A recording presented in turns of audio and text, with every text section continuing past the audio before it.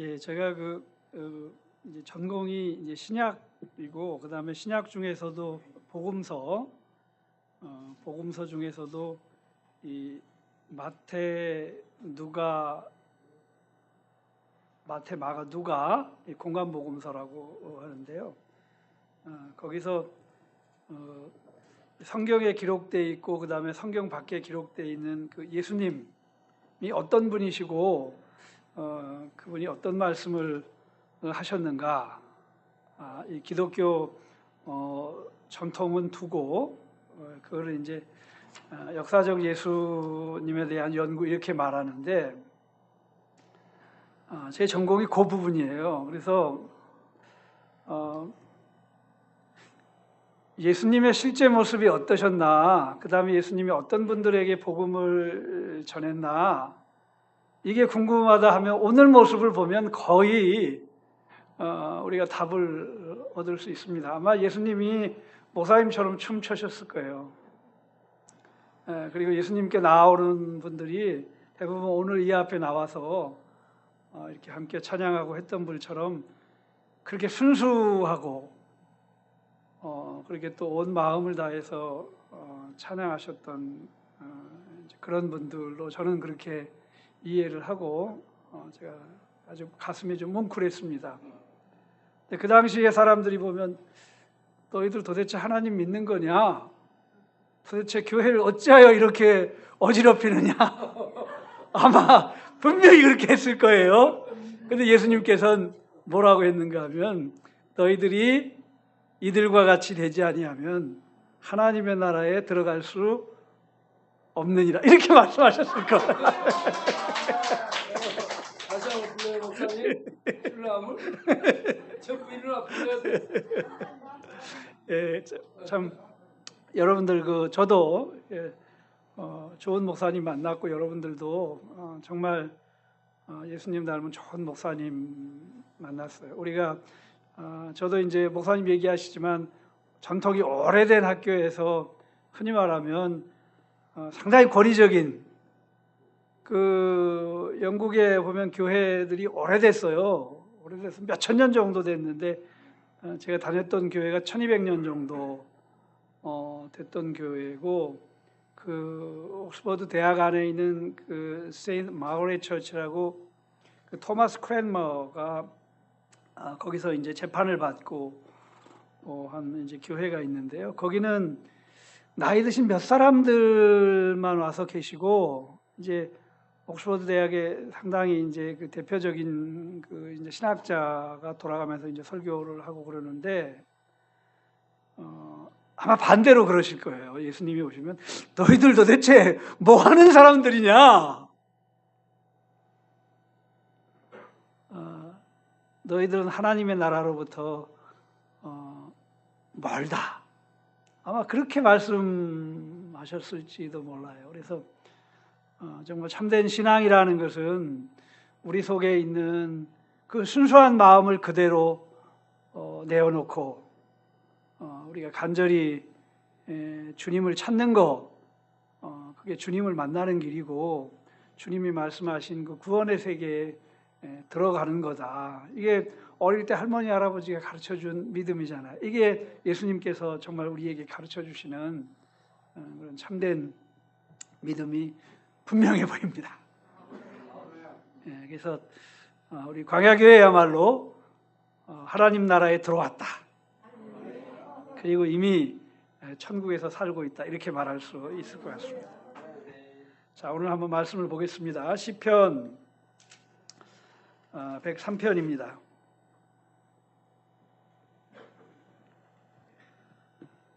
8절에서 18절까지인데 한번 교독을 하겠습니다. 여러분들이 먼저 읽고 그 다음에 제가 읽고 그렇게 한번 해보겠습니다. 8절부터 18절까지. 자, 여러분들이 먼저 8절을 읽습니다. 시작.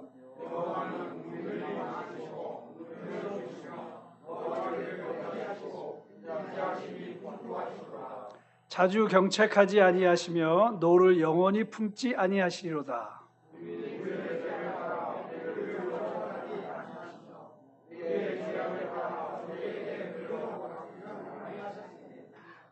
이는 하늘이 땅에서 높음같이 그를 경외하는 자에게 그의 인자하심이 크심이로다.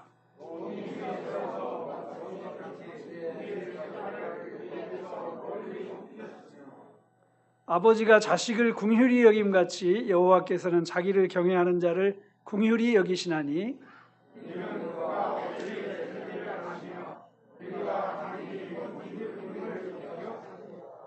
인생은 그날이 풀과 같으며 그의 영화가 들의 꽃과 같도다.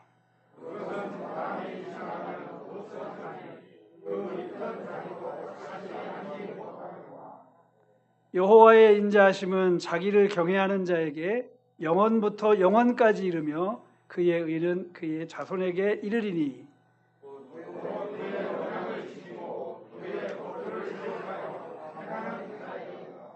아멘. 예, 구약 말씀들은 좀 어렵습니다.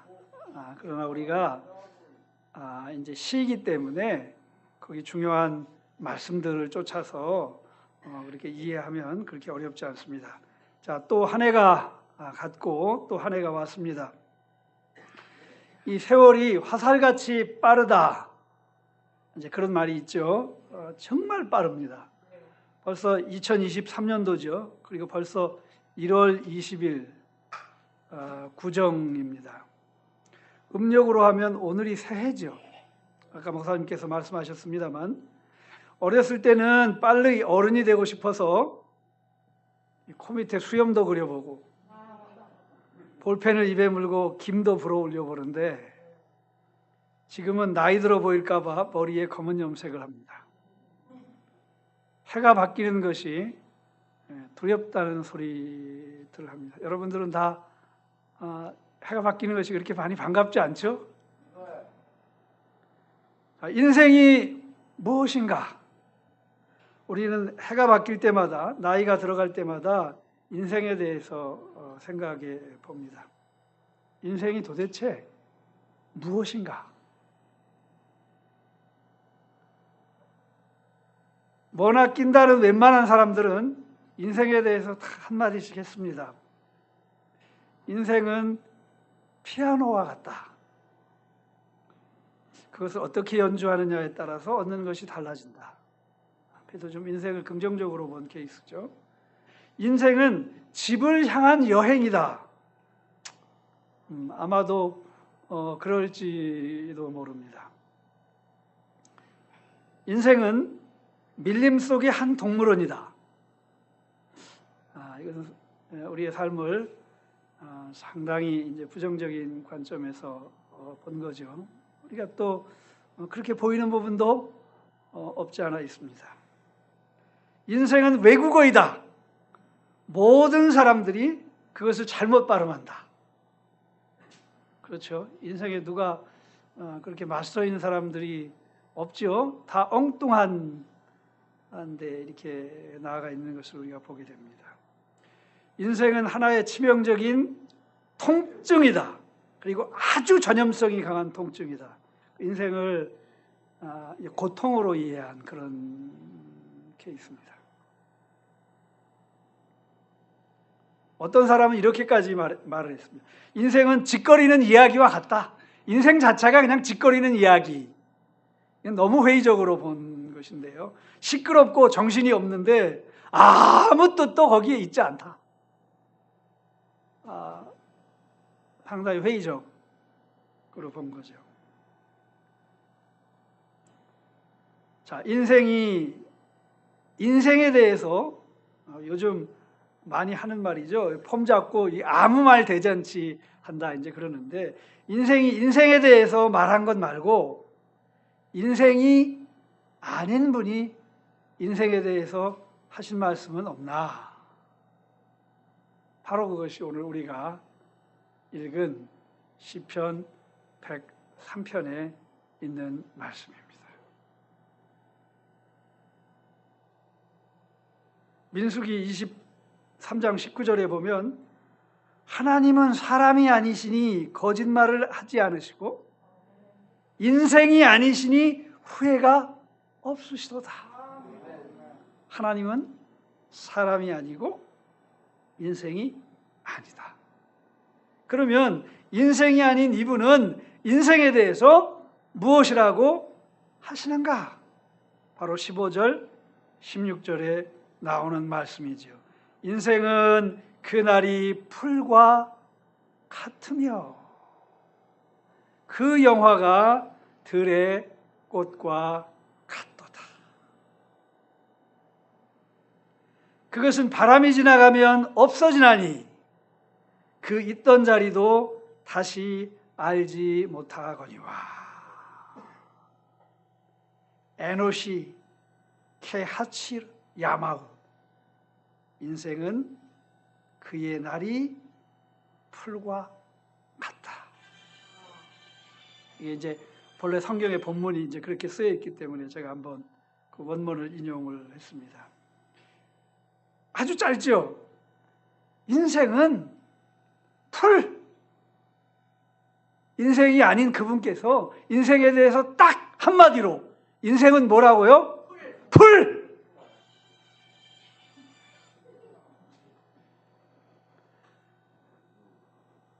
풀. 초. 모든 인생은 풀이라는 것이죠. 하나님께서 하신 말씀입니다. 모든 인생은 풀이다. 어떤 풀은 크고, 어떤 풀은 또 작고, 어떤 풀은 강하고, 어떤 풀은 연하고, 어떤 풀은 고상하고, 어떤 풀은 흉하기도 하죠. 어떤 풀은 정말 아름답기도 합니다. 그러나 뭐예요? 풀이에요.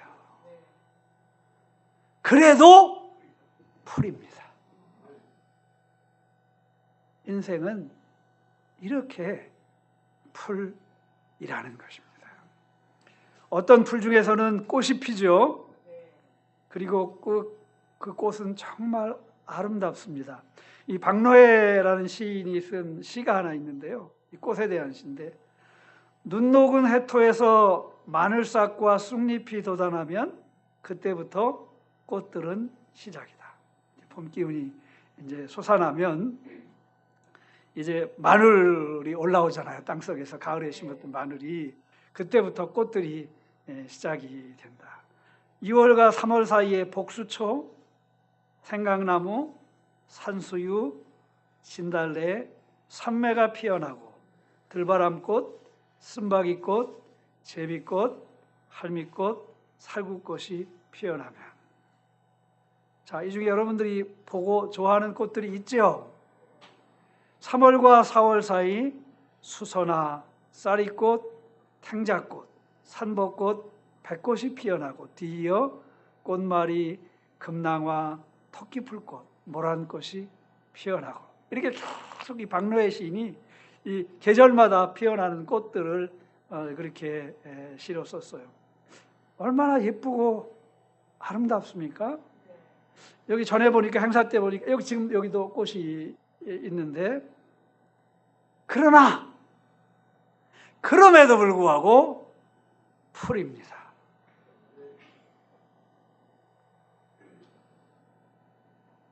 풀의 영화.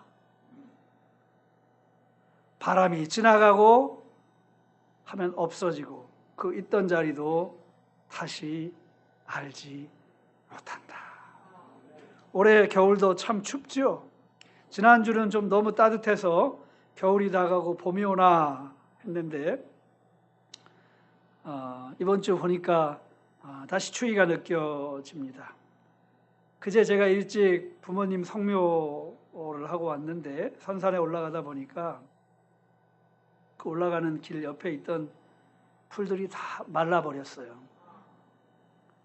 지난 봄에 올라가다 어디선가 민들레들이 있는 걸 봤는데 어느 자리였는지 찾을 수가 없습니다. 인생이 이렇다는 것을 인생이 아니신 그분께서 분명히 오늘 우리에게 가르쳐 주고 계십니다. 인생은 그날이 풀과 같으며 그 영화가 들의 꽃과 같도다. 화무 뭐지요? 화무? 11홍. 꽃이 피어가지고 그렇게 아름답게 유지되면서 열흘을 가는 꽃이 없다는 것. 인생의 영화, 인생이 성취한 것, 성공한 것, 그 구축해놓은 모든 그것이 이제 영화라고도 할 수 있는데 열흘을 가지 못한다.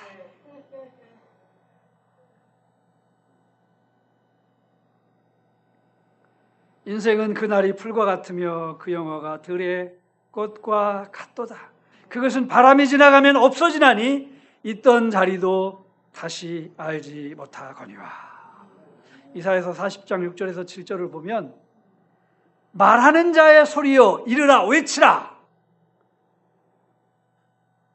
대답하되 내가 무엇이라 외치리이까. 이르되 모든 육체는 풀이요 그의 모든 아름다움은 들의 꽃과 같으니 풀은 마르고 꽃이 시들면 여호와의 기운이 그 위에 불미라. 이 백성은 실로 풀이로다. 자, 이 말씀을 보면 이 시편 103편에만 그런 것이 아니고 이사야 40장에도 하나님께서 인생은 풀이라 하는구나. 그러니까 너무 분명한 것 아닙니까? 그렇죠?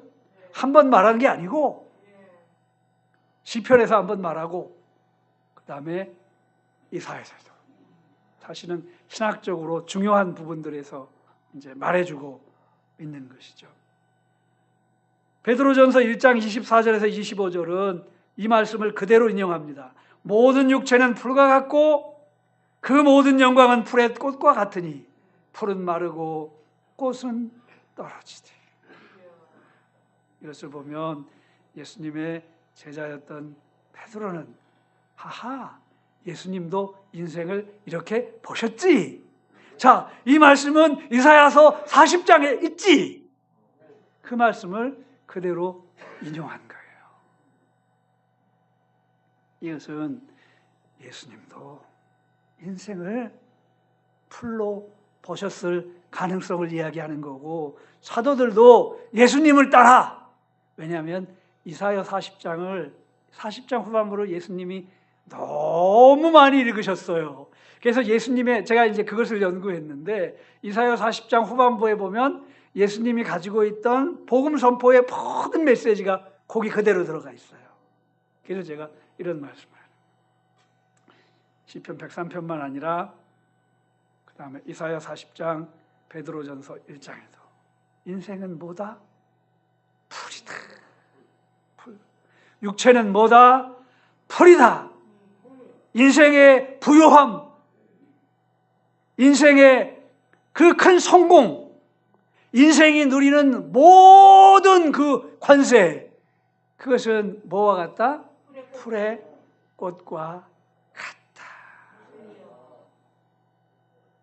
주 안에서 형제, 자매된 여러분, 그리고 인생 대신 인생 여러분, 인생은 풀이라고 하나님께서 말씀을 하십니다.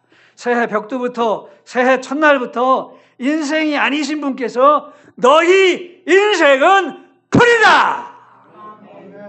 이렇게 분명히 알려주십니다. 종을 구분하듯 판결을 내리듯 너희 인생은 풀이다. 오늘 여기 이 자리에 앉아 있는 분들의 그 인생의 대부분의 인생이 실제 풀같이 보일지도 모릅니다.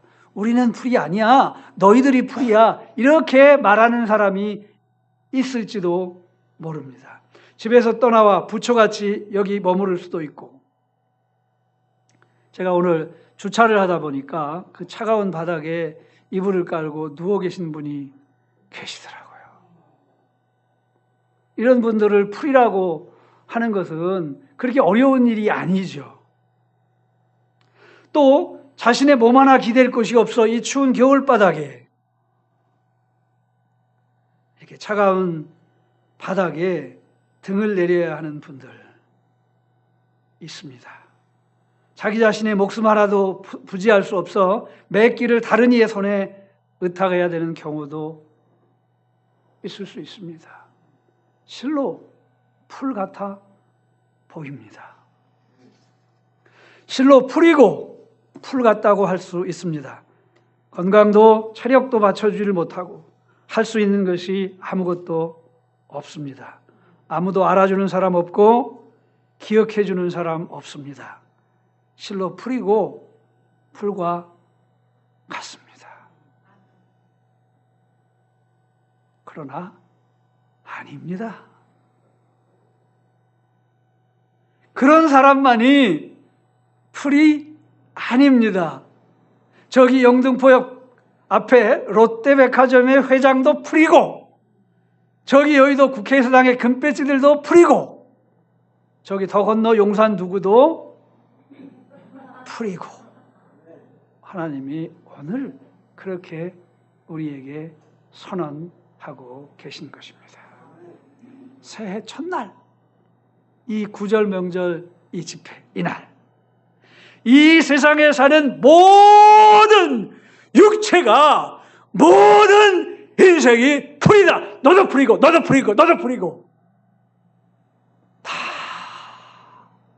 풀이다.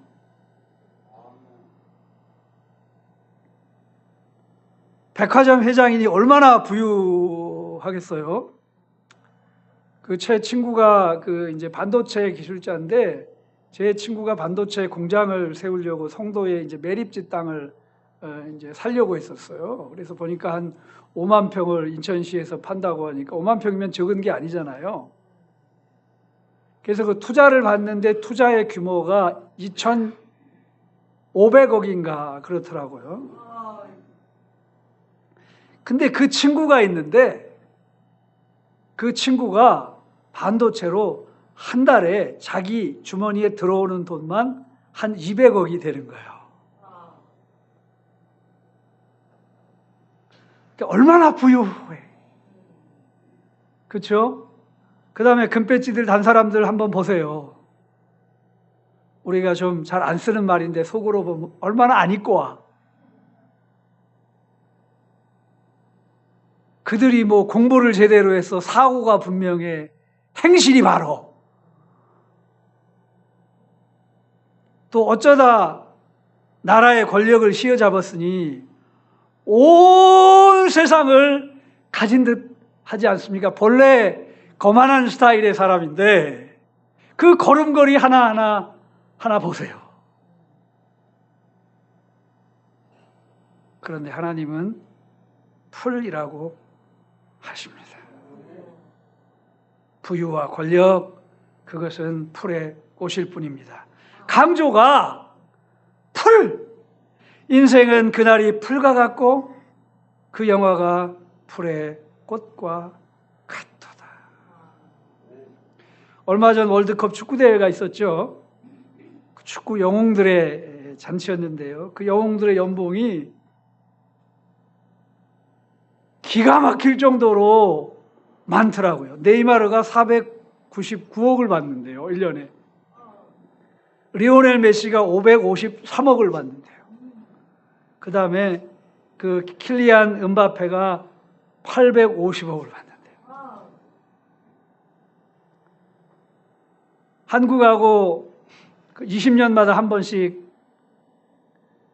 그 16강전에서 붙었던 포르투갈의 크리스티아노 호날두는 올해 축구 역사상 가장 많은 연봉 2,888억을 약속받고 사우디아라비아 축구리그로 갔습니다. 그런데 이 선수 역시 풀이라고 하나님께서 말씀하십니다. 이 선수의 영광은 풀의 꽃일 뿐이라는 것이죠. 인생은 그날이 풀과 같으며 그 영화가 들의 꽃과 같도다. 그것은 바람이 지나가면 없어지나니 그 있던 자리도 다시 알지 못하거니와. 이 선수가 사우디아라비아 축구클럽에 입단하는 날 사우디아라비아 전체가 큰 환영 행사를 열어줬어요. 그러나 그 요란한 환영 행사가 있었던 사우디아라비아가 있는 이 지구도, 우리 한국도 같이 있죠. 이 지구도 태양계를 벗어난 카메라가 찍은 사진을 보면 먼지 한 점보다 크지 않았습니다. 여러분들 음성 자주 가시죠? 그 다음에 목사님하고 등산도 하시잖아요. 혹시 밤에 하늘을 올려보셨던 적 있으세요? 얼마나 별이 많습니까? 그 별에 가서 우리가 이 지구를 본다면 이 지구는 보이지 않아요. 왜냐하면요, 너무 작아서요. 이 지구가 속해 있는 것을 태양계라고 하죠. 이 태양계를 여행하면서 이제 찍었던 여행했던 그 이제 위성이 이제 보이저 1호, 2호인데, 그 보이저 2호가 이 태양계 여행을 마치고 태양계를 다 벗어날 때쯤 이 나사의 이 한 학자가 그 카메라를 돌려서 지구를 찍어보면 어떨까? 그런 제안을 했어요. 그랬더니 이게 이제 2020년이죠. 나사의 대부분의 학자들이 반대했습니다. 무슨 일이 일어날지 모릅니다. 그러나 이 학자가 그 학자들을 설득을 했어요. 그래서 그 카메라를 돌려서 지구를 찍었는데 지구가 먼지보다도 작은 한 점으로 보였어요. 그래서 그 점을 블루 페일 닷이라고 해요. 창백하고 푸른 한 점.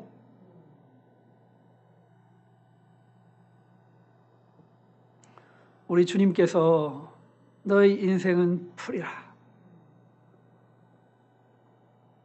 모든 육체는 풀이라. 먼지. 이것이 과학적으로도 증명이 됩니다.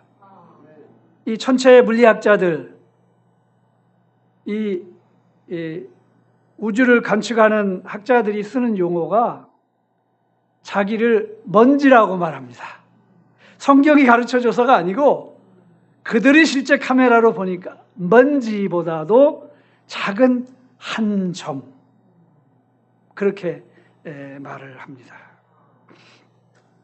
모든 인생, 가난한 인생이나 부한 인생이나 성공한 인생이나 실패한 인생이나 불행한 인생이나 행복한 인생이나 모든 인생의 그날은 풀과 같다. 부하고 성공했고 행복하다면 그것은 풀의 꽃 정도일 뿐이다. 역시 풀이고 그 꽃은 마르고 떨어지고 기억도 되지 않고 찾을 수도 없다. 그렇습니다. 인생은 풀입니다. 허무하죠. 성경이 상당히 이렇게 비관적으로 말해주고 있습니다. 근데 이것은 비관이 아니라요, 실제 인생의 모습입니다. 그래서 인생을 통찰한 전도자가 이르기를 헛되고 헛되며 헛되고 헛되니 모든 것이 헛되도다. 그렇게 결론을 내린 것이죠. 새해 첫날부터 인생의 허물을 이야기해서 죄송합니다만 성경이 그러하니, 하나님이 그러하니 제가 감히 누구라고 이 하나님의 말씀을 변개시킬 수가 있습니까? 오히려 새해 첫날에 우리 인생의 실체를 알고 시작하는 것이 지혜로운 것이 아닐까? 형제 자매 여러분, 우리 하나님은 인생이 여기서 끝나게 하시지 않으십니다. 오늘 말씀의 초점이 여기에 있습니다. 인생이 풀이라는 것은 그저 반쪽에 불과합니다. 전도서 마지막에 어떻게 되어 있습니까? 일의 결국을 다 들었으니 하나님을 경외하고 그의 명령들을 지킬지어다. 이것이 모든 사람의 본분이니라. 우리 임명희 목사님이 오늘 단상에 서면서 하신 말씀 그대로입니다. 일의 결국을 다 들었으니 하나님을 경외하고 그의 명령들을 지킬지어다. 이것이 모든 사람의 본분이니라. Et 엘로힘 여라 베헷 미츠오타오. 하나님을 경외하고 그의 명령들을 지킬지어다. 제가 그 성경 원문을 좀 써서 죄송합니다만 이렇게 읽어주는 게 그 유대 랍비들이 이렇게 읽고 가르쳤던 그 글자 그대로이거든요. 이사야 40장과 베드로후서 2장은 어떻게 나옵니까? 꽃은 마르고 풀은 마르고 꽃은 떨어지되 오직 하나님의 말씀, 주의 말씀은 영원히 서리로다. 이 말씀이 곧 좋은 소식이고 복음이라고 하십니다. 꽃은 풀은 마르고 꽃은 떨어지되 오직 하나님의 말씀은 영원히 서리라. 바로 이사야 40장에 이 말씀이 나오는데 예수님의 복음이 여기에서 시작이 되었습니다. 바로 좋은 소식, 복음이 하나님의 말씀이고 영원히 선다하는 말씀입니다. 그렇습니다. 우리 하나님께서 이 풀의 인생에 복음을 전하십니다. 이 새해 첫날에 우리가 할 일이 바로 이 복음을 붙드는 일입니다. 자, 다시 오늘 본문으로 돌아가십시다. 15절 16절 인생은 그날이 풀과 같으며 그 영화가 들의 꽃과 같도다. 그것은 바람이 지나가면 없어지나니 그 있던 자리도 다시 알지 못하거니와. 17절이 오늘 말씀의 핵심입니다. 자, 그 다음에 무엇이라고 나옵니까? 다 같이 한번 따라해 봅시다. 여호와의 인자하심은 자기를 경외하는 자에게 영원부터 영원까지 이르고 그의 의는 자손의 자손까지 이르리니 곧 그의 언약을 지키고 그의 법도를 기억하여 행하는 자에게로다. 전도서의 말씀과 하나도 다르지 않습니다. 여호와의 인자하심은 자기를 경외하는 자에게 영원부터 영원까지 이르리로다. 이 말씀을 오늘 꼭 새기시기를 바랍니다. 여레아우, 자기를 경외하는 자.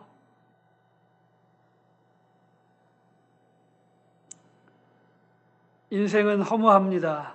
인생은 풀입니다. 그 성취, 그 영광, 부여, 그 무엇이 있다 하더라도 그것은 풀의 꽃일 뿐 풀입니다. 허무하고 마르고 떨어지고 기억도 되지 않습니다. 그러나 여호와를 경외하는 자, 그의 인생은 영원하고 영원하고 영원하다는 것. 그것이 바로 오늘 말씀의 초점이 됩니다. 이 새해 첫날 제가 여러분들과 함께 나누고 싶어하는 바로 그 말씀입니다. 여호와를 두려워하고 여호와를 사랑하는 자, 그의 인생은 영원하고 영원하고 영원하다. 이 인생은 풀이 아니다. 여호와를 경외하는 자, 그 인생은 풀이 아니다. 먼지가 아니다. 실제 우리의 삶이 풀 같고 먼지같이 보일지라도 어떤 다른 사람의 삶은 풀 같지도 않고 먼지 같지 않게 보일지라도 여호와를 두려워하고 여호와를 사랑하는 자, 여호와를 예배하고 여호와께 순종하고 그와 동행하는 자, 그 인생은 영원하고 영원하고 영원하다. 이 자의 인생은 풀이 아니요 먼지가 아니라는 것입니다. 여호와를 경외한다는 말은 여호와를 두려워하고 사랑한다는 거예요. 여호와를 두려워하고 사랑한다는 것은 여호와를 온전히 예배하고 여호와께 순종하고 그의 말씀을 지키고 그와 동행한다는 것을 의미하는 거예요. 경외한다는 것의 가장 큰 핵심은 순종이에요. 순종. 이 인생은 풀이 아니요 먼지가 아니요. 다른 인생은 마르고 떨어지지만 여호와를 경외하는 자 그는 영원하고 영원하고 영원하리라. 그러니 오늘 나와서 이 명절 집회에 참여하고 이 찬양을 부르며 다윗이 하나님의 궤를 메어오며 바지춤이 흘러내리는 것도 모르고 춤을 출 때에 그 기쁨으로 춤을 추는 이 모습이야말로 영원하고 영원하고 영원하지 않겠는가? 목사님의 복음 선포를 듣고 그 복음을 믿고 순종하는 여러분들이야말로 풀이 아니요 먼지가 아니고 살아있는 영원한 생명체인 것을 오늘 본문이 우리에게 분명히 가르쳐 줍니다. 우리가 결코 어깨 쭈그리고 얼굴을 찌푸리고 살 이유가 하나도 없는 사람이에요. 우리가 유일하게 살아있는 사람이고 명절에 이렇게 집회하는 사람들이 어디 있어요? 명절 저녁에 윷놀이하고 화투하고 또 뭐 노래방 가나? 어떤지 모르겠는데요. 아니 광야교회에 우리 형제 자매들 말고 누가 있어요? 다른 사람들이 풀이야 먼지고 여기는 참으로 살아있는 생명체고 영적 생명체예요. 영원하고 영원하고 영원하다고 하나님의 말씀이 분명히 우리에게 가르쳐 줍니다. 그것은 여호와의 인자가 자기를 경외하는 자에게 영원부터 영원까지 이르기 때문입니다. 헤세드 야훼 여호와의 인자. 이 세상에서 함께 풀인 인생 여러분, 올 한 해 우리 다 같이 여호와를 경외하고 그의 인자를 경험하십시다. 여호와의 인자는 자기를 경외하는 자에게 한 번은 크시도 다하고 또 한 번은 영원부터 영원까지 이루리로다. 오늘 시편에서 분명히 우리에게 그렇게 말씀하십니다. 이 허무하고 의미 없는 세상에서 실패해도 의미 없고 성공해도 의미 없고 못 살아도 의미 없고 잘 살아도 의미 없고 병들어도 의미 없고 건강해도 의미 없고 뭘 어찌해도 의미 없는 이 세상에서 여호와를 경외함으로 여호와의 인자를 풍족히 누림으로 우리의 인생을 구원하는 한 해가 되십시다. 여호와를 경외하는 것만이 우리 인생이 의미 있는 일입니다. 그리스도의 복음을 믿는 것만이 우리 인생이 살 수 있는 일입니다. 그것은 우리 인생의 창조자께서 우리를 그렇게 설계하셨기 때문입니다. 그것은 우리 인생의 구원자께서 그 방식으로 우리를 구원하시기 때문입니다. 여호와의 인자하심은 자기를 경외하는 자에게 영원부터 영원까지 이르리로다. 여기 여호와의 인자 헤세드 야훼를 보십시다. 13절에 보면 아버지가 자식을 긍휼히 여김과 같이 여호와께서 자기를 경외하는 자들을 긍휼히 여기시나니 이는 그가 우리의 체질을 아시며 우리가 단지 먼지뿐임을 기억하심이로다. 카라햄 알바님, 아비가 자식을 긍휼히 여김같이. 하나님이 우리가 먼지뿐임을 아시고 아버지가 자식을 긍휼히 여김과 같이 우리 처지를 다 아시고 우리에게 한없는 인자를 베풀어 주신다는 거예요. 그러니 광야교회 교우들만큼 우리나라에서 하나님의 인자를 더 많이 받으실 분이 있겠어요? 우리의 처지를 다 아시고 아비가 자식을 긍휼히 여김같이 그렇게 긍휼히 여기시겠다고 여호와를 경외하는 자들에게 약속하셨으니, 이것은 우리가 눈이 어둡거나, 아까 목사님이 찬양을 하고 날 때 다 어둡다 그랬는데, 우리의 눈이 어둡거나 우리의 마음이 닫혀 있어서 보지 못하고 받지 못하는 것이 아니면 무엇이겠습니까? 성경에 분명히 이렇게 말씀해 주고 계시거든요. 우리의 체질을 아시는 우리의 아버지, 우리가 먼지요 풀이라는 것을 아시고 우리를 긍휼히 여기시는 아버지, 8절에는 긍휼이 많고 은혜로우시고 노하기를 더디하시고 인자하심이 풍부하신 아버지라. 여호와를 경외하는 자들이 이 아버지를 만나고 이 아버지의 얼굴을 봅니다. 이 아버지의 돌봄 속에 있습니다. 11절에 보면 하늘이 땅에서 높음같이 그를 경외하는 자에게 그의 인자하심이 크심이로다. 형제 자매 여러분, 이 인자는 오늘 시편 103편에서 다양하게 표현되어 있습니다. 3절에 보면 제약을 사해 주시는 것. 하나님이 여호와를 경외하는 자들은 제약을 사해 주신다고 말씀하죠. 그 다음에 10절에 보면 죄를 따라 처벌하지도 않고 제약을 따라 그대로 갚지도 않는다고. 죄를 지면 벌하는 게 정의잖아요. 여호와를 경외하는 자들에게는 하나님의 정의가 역사하는 게 아니고 하나님의 사랑이 역사한다는 거예요. 그래서 하나님이 죄를 따라 처벌하지도 않고 제약을 따라서 갚지도 않는다는 거예요. 12절에 보면 동이 서에서 먼 것 같이 우리의 죄가를 우리에게서 멀리 옮기시고 여호와를 경외하는 자들에게 나타나시는 하나님의 인자, 바로 헤세드는 바로 이런 것이에요. 우리가 사는 이 시대에는 도무지 인자가 보이질 않죠? 이 정권이 바친 지 몇 개월 되지 않았는데 왜 이렇게 공안과 조작이 춤을 추고 왜 이렇게 잡혀가는 사람들이 많고, 풀이고 먼지입니다. 며칠 못 갑니다. 3절에 보면 또 모든 병을 고치시며, 목사님께서 오늘 말씀을 듣는 중에 병이 낫는 분이 있었으면 좋겠다. 그 말씀을, 그게 이제 기도일 텐데요. 바로 오늘 말씀에 이 말씀이 들어 있습니다. 여호와를 경외하는 자, 그 자에게는 하나님의 인자가 영원부터 영원까지 미치는데 그 인자 속에는 모든 병을 고치는 것이 들어있다. 3절에 그렇게 들어있습니다.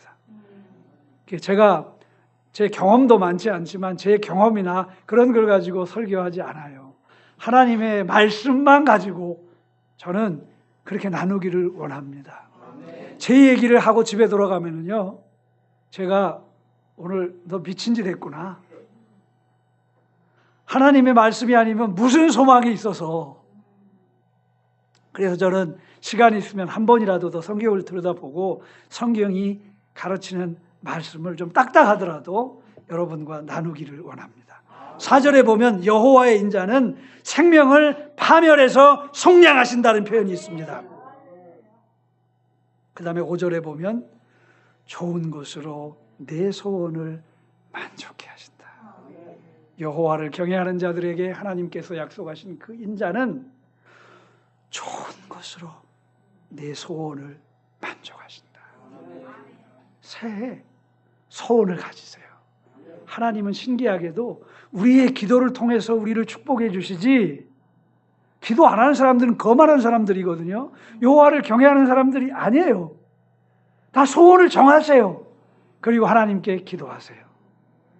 우리의 소원이 현찮으면 더 온전한 소원으로 하나님이 바꿔서 그걸 들어주세요. 그 다음에 5절에 보면 내 청춘을 독수리같이 새롭게 하신다. 오늘 목사님께서 하신 말씀 그대로입니다. 여호와를 경외하는 자, 그 자에게는 여호와의 인자가 영원부터 영원까지 미치는데 그 인자는 바로 내 청춘을 독수리같이 새롭게 하신다. 그래서 여호와를 앙망하는 자는 어떻게 하죠? 독수리같이 힘을 얻는다고 이야기하죠. 바로 여호와의 인자를 누리게 되는 것입니다. 풀의 인생, 먼지의 인생이 필요로 하는 모든 것이 여호와를 경외하는 자들에게 약속하신 인자에 다 들어 있습니다.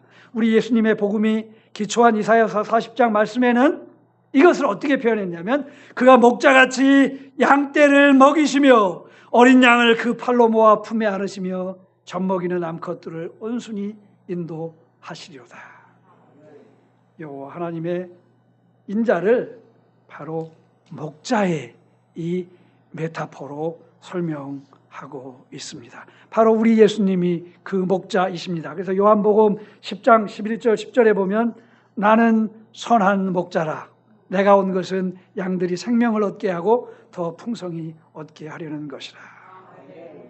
올 한 해 이 하나님의 목자의 돌봄, 이 선한 목자의 품 안에 여호와를 경외함으로 그 인자를 영원부터 영원까지 누림으로 그렇게 안전하게 풍성하게 계실 수 있기를 바랍니다. 이제 말씀을 맺습니다. 인생이 그날은 불과 같으며 그 영화가 들의 꽃과 같도다. 그것은 바람이 지나가면 없어지나니 그 있던 자리도 알지 못하거니와 여호와의 인자하시면 자기를 경외하는 자에게 영원부터 영원까지 이르며 그의 의는 자손에서 자손에게 이르리니 곧 그의 언약을 지키고 그의 법도를 기억하여 행하는 자에게로다.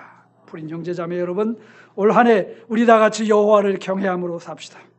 여호와를 경외하며 그의 언약을 지키고 그의 법도를 기억하는 것만이 사는 것입니다. 여호와를 경외하는 자만이 여호와의 인자를 경험합니다. 복음을 믿는 자만이 목자 예수님의 돌봄을 받는 것이죠. 내 육체와 마음은 쇠하가나 하나님은 내 마음의 반석이시요 영원한 분깃이시라. 야곱의 하나님을 자기의 도움으로 삼으며 여호와 자기 하나님에게 자기의 소망을 두는 자는 복이 있도다. 새해 복 많이 받으세요. 그러는데 그 복이 어디에 있다고요? 여호와 하나님을 자기 도움으로 삼는 자에게, 요 하나님을 자기에게 소망으로 두는 자에게 복이 있다. 이 하나님을 경외함으로 독수리같이 새롭게 살고 청춘처럼 사십시다. 이 하나님을 경외함으로 좋은 것으로 우리 소원을 만족해 하십시다. 이 하나님은 우리의 체질을 너무 잘 아시는 분이세요. 우리가 풀이고 먼지뿌리라는 것을 너무 잘 아시는 우리의 아버지입니다. 예수님은 이분을 우리의 아빠라고 그렇게 불러주셨어요. 아버지가 자식을 긍휼히 여김같이 여호와께서 자기를 경외하는 자를 긍휼히 여기십니다. 이 아버지의 긍휼을 누리는 한 해가 되십시다.